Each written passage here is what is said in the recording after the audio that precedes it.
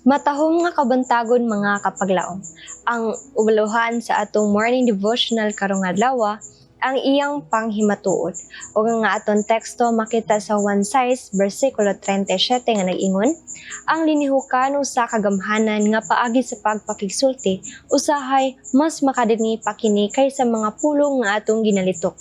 Pananglitan, ang usa ka tawo mahimo nga mopasalig nga siya adunay panahon sa pagpakigsulti kanimo. Apan pinagi sa kanunay nga pagtan-aw sa iyang relo siya naghatag og sukwahi nga mensahe.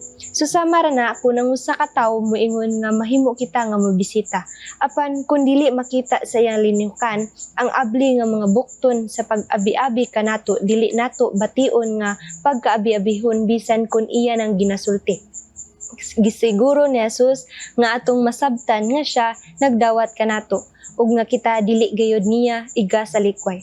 Sa dinhi pa siya nagalagad sa kalibutan, gipasanginlan siya nga nagdawat sa mga makakasala, mga sinalikway ug sa mga hinikalawan, kanunay siya nga naghatag sa iyang pagdapit sa pagduol kaniya. Ang Dios mao ang mihimo og inisyatibo sa pagluwas kanato ug pagpangita sa mga nangawala. Ang kamatuoran may tungod sa iyang pagkanaog gikan sa langit, gisubli sa 7 ka mga higayon sa Juan 6, ang iyang mga lihok lanog nga nagmantala sa iyang gugma alang sa tawhanong kaliwatan. Ug kun ugaling adunay magtuo nga sila walay apil, sa Jesus nagpamatuod nga si bisan kinsa nga moduol kaniya, makahibalo nga siya dili gayud magsalikway kaniya. Ang negatibo nga paggamit niini nga pamahayag tin-aw kayo. Sama ba sa pag-ingon nga siya dili gayud mo salikway, mobaliwala, modumili, umubaliban, walay krimen nga sobra kadaotan, walay addiction nga sobra kagamhanan, walay kaulaw nga sobra kadako, walay liko nga sobra kalayo. Ang makapahimo sa tawo nga dili madawat sa manluwas sa kalibutan, kining dako kaayo nga kumpirmasyon nga ang tanan nga moduol kaniya pagadawaton, gihatag bisan pa sa konteksto sa walay pagtuo nga panahon sa katawhan. Apan sa Jesus nasayod nga daghan ang moduol kaniya, bisan kun dili tanan ug sa tanan nga mobuhat sa ingon pagadawaton uban sa gidupan niyang mga bukton. Dugang pa niini ang Dios nga Amahan hingpit nga miuyon niining makaluwas nga pagtubos.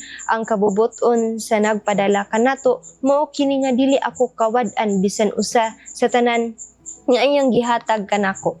Hinunua nga mabanhaw kini sa kaulahian nga adlaw, bersikulo 39. Kuno galing ikaw anaa sa sitwasyon sa pagkawalay paglaom, nagunahuna kung ikaw dawaton ba sa Dios balik.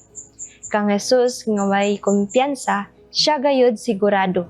Tin-aw, walay duha-duha nga mudawat kanimo diha sa gidupa niya nga mga bukton. Mag-ampo ta mga kapaglaom. Amahan nga balaan, nitasan ka sa mga kalangitan, Ginoo dako kay magpagpasalamat kanimo, na imo kaming gipukaw ni ini kabuntagon Amahan. Salamat sa usab sa mga pulong nga amo na gayon nga nadunggan nga among matusok sa mga kasing-kasing nga mga kinabang Ginoo nga imong masugo. Sa Amahan, pag ginagamit na kanimo nga ikaw Ginoo magaproteksyon, magapanalangin ni ining tibuok nga adlaw Amahan. Himuha kami og kahayag sa uban Amahan. Wala kami arang mahimog wala ikaw, pasala kami sa mga sala, din kami nakasala sa kutong sa mga kinikipasamatan sa Jesus mo. Amen.